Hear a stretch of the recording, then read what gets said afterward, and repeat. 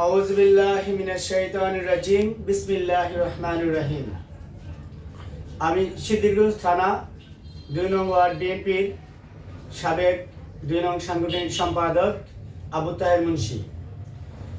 আমাদের বাংলাদেশ জাতীয়তাবাদী দল বিএনপি বিষয় কিছু আলোচনা করব। যে আলোচনা, আমরা দীর্ঘ ১৭ বৎসর অনেক হামলা মামলার শিকার হয়েছি, বিভিন্ন রকমের সমস্যার সম্মুখীন হয়েছি। ফ্যাসিস্ট আওয়ামী লীগ সরকার আমাদেরকে অনেক নির্যাতন আমাদের উপরে চালিয়েছিল। তারপরও আমরা বাংলাদেশ জাতীয়তাবাদী দল বিএনপিকে ভালোবেসে বিএনপি করে এসেছি, বিএনপি ছেড়ে কোথাও যায়নি। কিন্তু আমাদের নেতা জনাব তারেক রহমান সাহেব, তিনি দীর্ঘ ১৭ বৎসর বাংলাদেশের বাইরে ছিলেন। বাইরে থেকেও বাংলাদেশ জাতীয়তাবাদী দলকে নেতৃত্ব দিয়েছেন। সেই নেতৃত্বে আমরা চলেছি।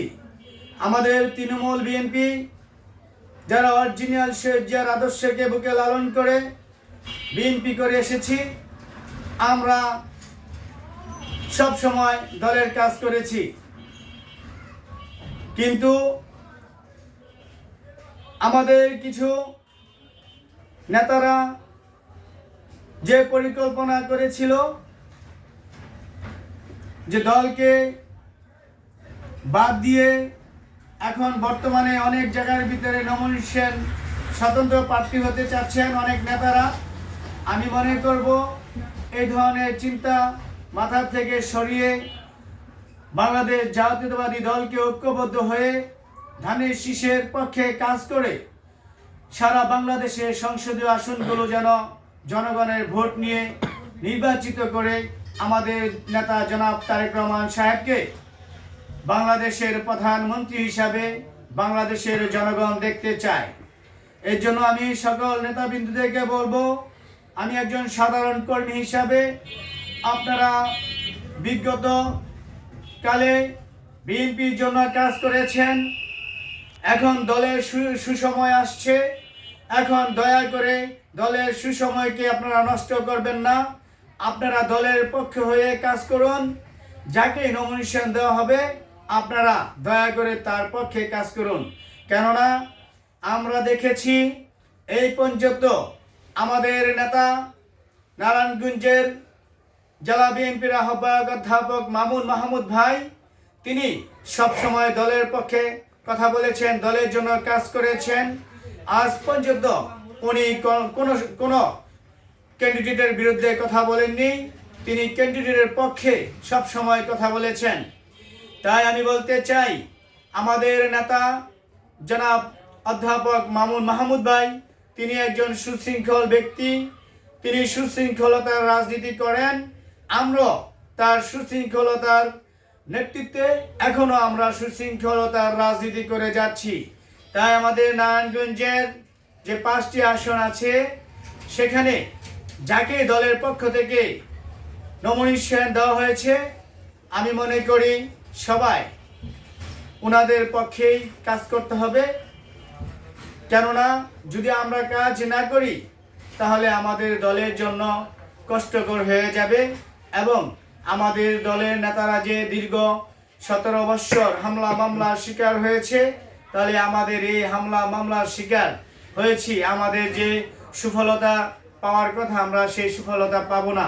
তাই সবাইকে ঐক্যবদ্ধ হয়ে বাংলাদেশ জাতীয়তাবাদী দল বিএনপিকে জনগণের ভোটের মধ্য দিয়ে ক্ষমতায় আনতে হবে। এবং আজকে যে 25 তারিখ 12 মার্চ 2025 সাল চলছে, আমাদের নেতা জনাব তারেক রহমান সাহেব বাংলাদেশে আসছেন। অনেক হাজারো মানুষের জল্পনা কল্পনার মধ্য দিয়ে আমাদের নেতা আমাদের মাঝে ফিরছেন। এর জন্য আমরা সত্যি গর্বিত এবং আনন্দিত, এবং আমরা সকল মানুষের কাছ থেকে এখন প্রশংসিত হয়েছি। কেননা আমাদের নেতা যে বক্তব্য দিয়েছেন, প্রত্যেকটা বক্তব্য হচ্ছে জনগণের জন্য, জনগণের কল্যাণের জন্য।